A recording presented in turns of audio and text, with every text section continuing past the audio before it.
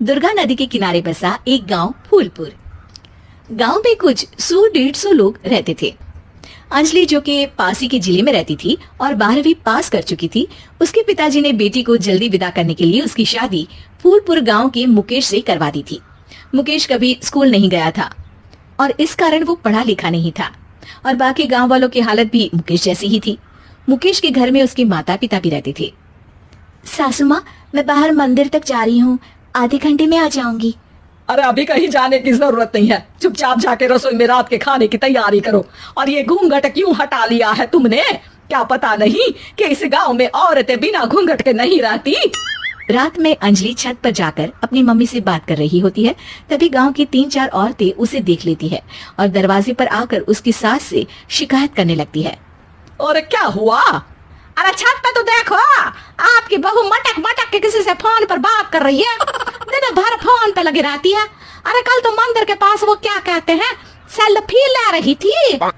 शहर की बहू रखना अच्छा शान की बात है, पर देखना इसके लक्षण से ये तो तुम्हारे परिवार को बदनाम ना कर दे।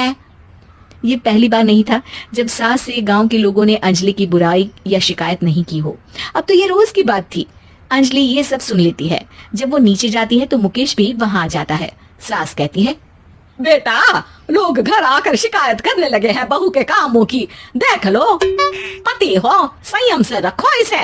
माँ जी, मैं तो अपनी माँ से बात कर रही थी क्योंकि यहाँ कोई बात करने लायक ही नहीं है और अब मैं माँ के पास ही रहूंगी। वहाँ क्या रहना, वहाँ बाहर के लोग तो ठीक है पर घर के लोग भी इज्जत ना दे सके। अरे नहीं नहीं अंजलि, ऐसा नहीं है, धीरे धीरे सब ठीक हो जाएगा, तुम फिक्र ना करो। अरे बस कुछ बोलना ही नहीं है, सर पे चढ़ा रखा है बहू को। सास मुकेश की नरम बात सुन के वहाँ से मुंह चढ़ाकर चली जाती है। मैं तो कहती हूँ हम दोनों शहर चले जाते हैं। मैं पढ़ी लिखी हूँ, मुझे वहाँ नौकरी भी मिल जाएगी और थोड़े दिनों में आप भी वहाँ कुछ काम ढूंढ लेना। अरे नहीं नहीं अंजलि, हम यहाँ ना गांव का खेत, माँ पिताजी को छोड़कर शहर नहीं जा सकते। माँ पिताजी को कैसा लगेगा और गांव वाले क्या सोचेंगे? ये कहकर मुकेश सोने चला जाता है और अंजलि की गांव वालों द्वारा बुराई का सिलसिला बहुत दिनों तक चलता ही रहता है। लेकिन अंजलि गुस्सा ना दिखाते हुए समझदारी से काम लेती है। बारिश का मौसम चालू हो जाता है। जोरदार बारिश से पूरे गांव में हाहाकार मच जाता है। दुर्गा नदी में बाढ़ आ जाती है और बाढ़ का पानी पूरे गांव की फसल तबाह कर देता है। फसल की ये हालत देखकर गांव वाले निराश हो जाते हैं और बात तो यहाँ तक पहुँच जाती है कि कुछ लोग तो अंजलि को इस सब का दोषी ठहरा देते हैं। अरे पूरी फसल तबाह हो गई, पता नहीं किसकी नजर लग गई है। अरे जब से चौधरी परिवार में ये शहर की बहू आई है ना, तब से ही गांव की शांति चली गई है। इसके कर्म कांड से माँ दुर्गा नदी भी खुश नहीं है। ये सब सुनकर बेचारी अंजलि रोते हुए अपने घर चली जाती है। कुछ दिन बाद सभी गांव वाले अपनी फसल का मुआवजा लेकर अपने अपने घर आते हैं। मुकेश भी 1500 लेकर आता है। अंजलि को जब पासबुक दिखाता है तो अंजलि हैरान हो जाती है। अरे, ये पासबुक में तो उन्होंने 4000 की एंट्री करी है और आपको सिर्फ 1500 दिए। सच में? अरे वो सरकारी अफसर आपको बेवकूफ बना रहे हैं।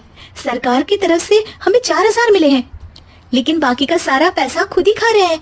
आप लोग के अनपढ़ होने का फायदा उठा रहे हैं। ये सब सुनकर मुकेश परेशान हो जाता है लेकिन अंजलि उसे हिम्मत से काम लेने को कहती है और सुबह होते ही मुकेश को पंचायत कार्यालय ले जाती है और साथ में गाँव के और लोगों को भी। आप सरकारी बाबू क्या गांव के लोगों को बेवकूफ समझते हैं?